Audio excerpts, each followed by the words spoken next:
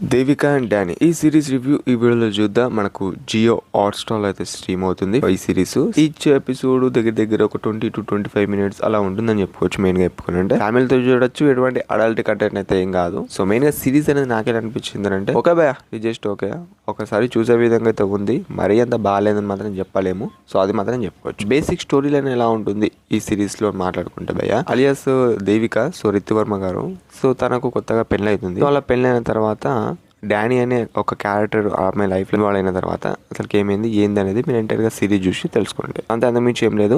ఈ సిరీస్లో సుబ్బరాజ్ అనే క్యారెక్టర్ ఉంటుంది. సో తన క్యారెక్టర్ కొంచెం పర్టికులర్గా నాకైతే కనెక్ట్ అయిందని చెప్పొచ్చు. కొన్ని ఎపిసోడ్లో కనిపిస్తారు, అది చెప్పుకోవచ్చు మెయిన్ గా. అండ్ అదే కాదు, కొన్ని చెప్పుకుంటా పోతే మన రితువర్మ గారి ఆ ఇన్నోసెన్స్ కానియచ్చు, ఆ ఏమంటారు తనకు ఇల్లు తప్ప అండ్ ఇంకొక తన ప్లేస్ తప్ప తనకి ఏ ప్లేస్ కూడా అవగాహన లేకపోవడము, తన ఇన్నోసెన్స్ చూపెట్టడం అనేది సీన్స్ కానియచ్చు, ఇలా కొన్ని చెప్పుకుంటే నాకు నచ్చాయని చెప్పుకోవచ్చు. సో మెయిన్గా చెప్పుకోవాలంటే ఇంకొక విషయము, ఫస్ట్ ఎపిసోడ్ సెకండ్ ఎపిసోడ్ కొంచెం బాగా అనిపించింది కంపేర్ టు అదర్ ఎపిసోడ్ అని చెప్పుకోవచ్చు.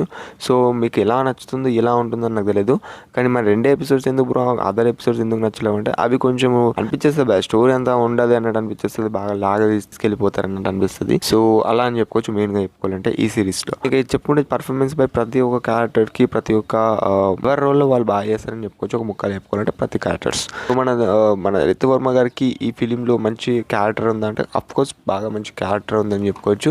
అండ్ ఈ దయ్యాలు అంటే చూడండి, కళలో దయ్యాలు పడితే ఒక్కొక్కసారి మనకు వస్తాయని, సో అది కూడా కొంచెం ఈ సిరీస్లో ఇంక్లూడ్ అవుతుంది. సో అది ఏంటిది మరి పర్టికులర్గా దాని గురించి ఏందనేది మీరు సిరీస్ చూసే తెలుసుకొని నేను ఏది రివీల్ చేయాలి. ఇలా అయితే ఉంటుంది. ఇంకా చాలా మంది క్యారెక్టర్స్ ఉన్నాయి, నేను చెప్పలేను. ఇలా అయితే ఉంటుంది. మరి ఈచ్ ఎపిసోడ్ ఎలా ఉంటుందని మాత్రం కూడా నేను చెప్పలేను, ఎందుకంటే మీరు చూస్తేనే అర్థమైతే అని చెప్పచ్చు. దేవిక అండ్ డానీ సిరీస్ అయితే ఈ విధంగా అయితే ఉంటుంది. మరి 20 ఎపిసోడ్స్ ఎందుకు ఫుల్గా ఒకటేసారి ఫిలిం లాగా పెట్టేస్తే అయిపోతున్నాయి కదా అన్నట్టు కూడా అనిపించింది నాకు. ఎందుకంటే అది బాగా సాగదీసేషన్లో ఒక 20 minutes 30 minutes ఎక్కువ ఉన్నా పర్వాలేదు, కానీ డ్యూరేషన్ పెట్టేసి అయిపోతుంది మూవీ లాగా అన్నట్టు నేను అనుకున్నా, నాకు అనిపించింది. సో ఇలా అయితే ఉంటుంది. మీ ఫ్యామిలీతో కానీ ఇలా చూడండి, మరి ఒకసారి చూసే విధంగా అయితే ఉంది. సో ఈ విధంగా ఉంటుంది మన దేవిక అండ్ డానీ సిరీస్. ఈ వీడియో కనుక మీకు నచ్చినట్లయితే ఛానల్ని సపోర్ట్ చేయండి.